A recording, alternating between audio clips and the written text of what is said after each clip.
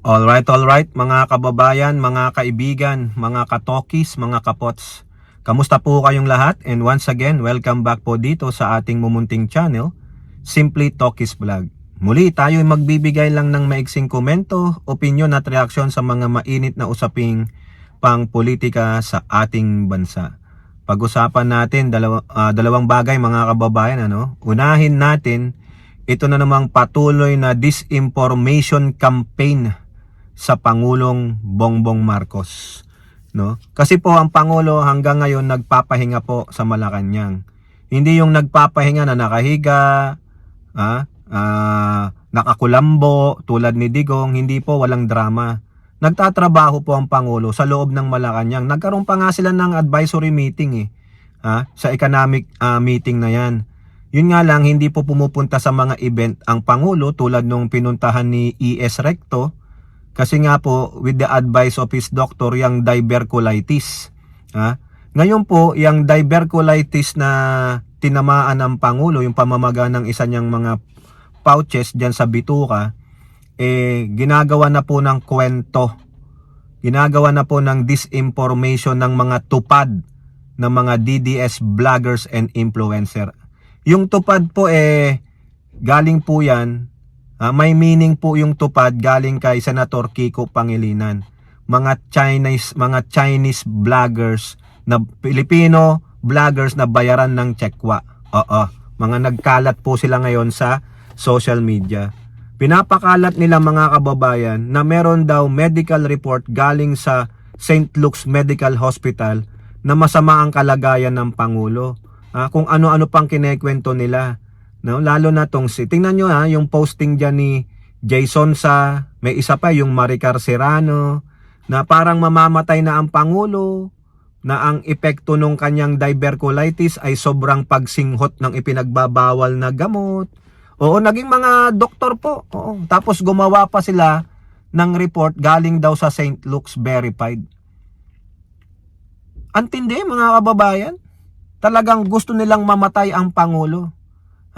Dapat yan sa NBI saka sa DICT, pwede po ba maimbestigahan nyo yung mga tao na yan na nagpakalat na yan? Pati mga nag-share ng fake report na yan, fake news po yan. Meron tayong batas dyan. Kasuhan nyo yan. Ba't hindi makasuhan yan? Sobra na pong pambabastos yan. O Robin Padilla, ikaw, anong gagawin mo? Magagalit ka ba? Kapwa mo Pilipino nagpapakalat ng fake news sa presidente mo. Hindi lang dapat sa foreign power ka magalit. Dapat sa mga tao rin na nagpapakalat ng fake news. Dapat ikondina mo. Gusto nang patayin ang presidente mo. O baka naman tuwang-tuwa ka dyan. Bakit? Kakampi nyo Mga DD-shit Andyan po tingnan ninyo. Naglabas po ng statement dyan ng Malacanang. Sinasabi na fake news yan. Huwag niyong paniniwalaan. And even the St. Luke's verified that they did not even publicly nilalabas ang medical record ng Pangulo. Nagagalit kayo kasi ayaw maglabas ng Malacanang ng medical report tungkol dyan sa diverculitis ng Pangulo. Nakita nyo may video, the 8-minute video doon sa Malacanang that he's good, he's doing fine. He's not bedridden, he's not even confined to the hospital. So ano problema ninyo? Kasi kating-kati kayo, sasabihin nyo, he's no longer capable of discharging his duties. Incapacitated na siya. Constitutional mandate, panumpain na si Sara Duterte in your dreams. Ayun, na-interview pa ni Yusek Castro. Di ba? Hindi nga lang siya nakakasama sa mga event tulad nung yung kiosk turnover sa Pasig Esplanade ni FL Lisa. Napakaganda mga kababayan, nakakainggit naman yung kiosk na yun. Nagugutom tuloy ako. Sana po yan ma-maintain po yan ng Manila City Government, Mayor Isko. Alam ko naman na tumutulong ka sa gobyerno.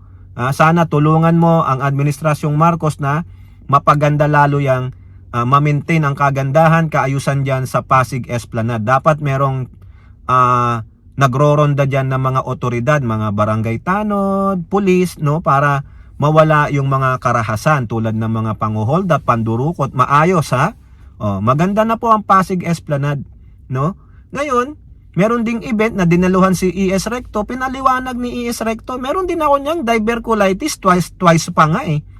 Ang tagal ko ring natenga, 2 weeks din every time na may sinusumpong yung diverculitis ko. Yung isang doktor na si Doc Adam, just to mention him, pinaliwanag niya, it is not life-threatening. It can be cured. Diba? Sobra naman, no? Grabe ang pamimake nyo sa Pangulo, mga kababayan. Anong gagawin ng Malacanang dyan? Dapat ipa-investigasyon nyo yan. Sino ang originator ng fake news report galing sa St. Luke's Medical? Ginagago nyo pa ang St. Luke Medical. Dapat ang St. Luke, yang pamunuan ng St. Luke, dapat yan ang magdemanda. Why you are using our name stating that we conducted a medical report or we released a medical report that it did not happen? Saan nyo nakuha yan? Yan ang dapat imbestigahan. Dapat may mag-initiate ng investigasyon, may magdemanda. O, CIDG, St. Luke's, pangalan yung nakasalalay dito. Ginagamit kayo. O, di ba? Sino ang originator ng fake news na yan? Dapat matukoy. O, galaw-galaw naman si CIDG, Cybercrime Division, NBI. Para matigil ito kasi kung hindi aaksyonan yan, mga kababayan. Yan ang sinasabi ni Erwin Tulfo, if you don't know how democracy works in our country, ganyan. O tapos sinasabi ninyo na hindi gumagana ang demokrasya sa bansa, tulad ng sinasabi ni Lepiste na de facto martial law. Ayan o, nakakapaglabas pa kayo ng mga misinformation, disinformation campaign. Kung yan may nagpalabas ng ganyan, ura-urada, huhulihin yan. O nasaan ang de facto martial law? Ha? Ikaw lang, depekto. Solar energy, depekto, hindi de facto. O impacto, ha? 'Di ba? Dapat talaga 'yan. Kung ako St. Luke's, magpaimbestiga kayo. Nasisira ang pangalan nyo. Sino, kung totoo 'yan, sino naglabas ng information na 'yan? May nagsabi ba sa inyo, sinabi ba ng Pangulo? Ilabas nyo? Wala eh. Nakita nyo naman, walang dapat ilabas dahil malusog ang Pangulo. Nagpapahinga. Oh, so what? Diba? Kayo kasing mga didisit, kating-kati kayong maiupo si Sara Duterte para makapaghiganti kayo. Para yung mga amo ninyo lusot sa mga kaso nila. Diba? Gunggong pala itong mga to. Ang totoong maglalagay ng martial law, si Sara Duterte kung sakaling iupo ninyo. Diba? Kayo ang gusto ninyo, kayo ulit ang mamuno, kayo ang magnakaw, kayo ang pumatay. No way. Marami kayong makakalaban dyan, lalong-lalo na yung mga dilawan, no, at kakampings. They will not say yes. O, pero merong isang grupo dyan, kakampi nyo na. O. Di po ba? Nakakahiya. Dapat kung may kumilos dyan, paimbestigahan yan, mga kababayan. Paimbestigahan ninyo para matigil itong mga gunggong ito sa pagkakalat ng fake news. Nakakahiya po eh. Patuloy ang fake news. No? Dapat kumilos ang Malacanang. Matigil tong mga to, mabigyan ng leksyon. Ha? O nga naman, ito naman, pasok naman tayo dito sa yung unang nag-file ng impeachment. Ha? Itong si Attorney De Jesus, meron pong quote card dyan. Ha? Nananawagan po siya kay Senator Amy Chismosang Baba na Chinator na tulungan daw siya na pababain o ma-impeach ang kanyang kapatid. Kasi nga, isa sa mga naandun na reklamo nakapaloob sa impeachment complaint ni Attorney De Jesus ay adik ang Pangulo. O di ba nagsabi si Amy Marcos doon sa yung huling rally ng mga INC na parang pinapatunayan niya adik yung kanyang kapatid. O ngayon, sabi ni Attorney De Jesus, tulungan mo ako na pabagsakin ang kapatid mo, ma-impeach siya. O, gago ka. Ba't ka kasi naniniwala sa chismis? Unverified yung claim nila eh. Naniniwala ka sa video. Naniniwala ka sa mga DD shit. Mga tangat bobo yan. Magaling gumawa ng disinformation yung mga yan. Pinaniwalaan mo. O ngayon, nandiyan ka na. Panindigan mo na yan. Ngayon, kung sakaling hindi uusad yung impeachment mo dahil sa chismis mo na bangag adik ang Pangulo, kawawa ka sa amin. Oo, dapat madisbar ka. Dapat merong mag-file sa'yo ng disbarment because ikaw ay isang dakilang chismoso. Naniniwala ka sa sabi-sabi. Anong klaseng abogado ka? Hindi ka nagbe-verified ng facts. Ha? Paano mo nasabi na adik ang Pangulo? Nasaan ang katotohanan? Yung sabi ng mga DDSit, yung sabi ni Harry Roque na nasa amin ang authenticated result nung AI video na adik ang Pangulo?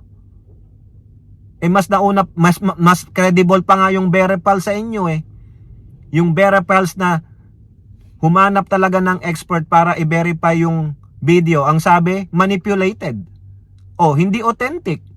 Pero ikaw, nagpadala ka sa chismis. Ano ngayon?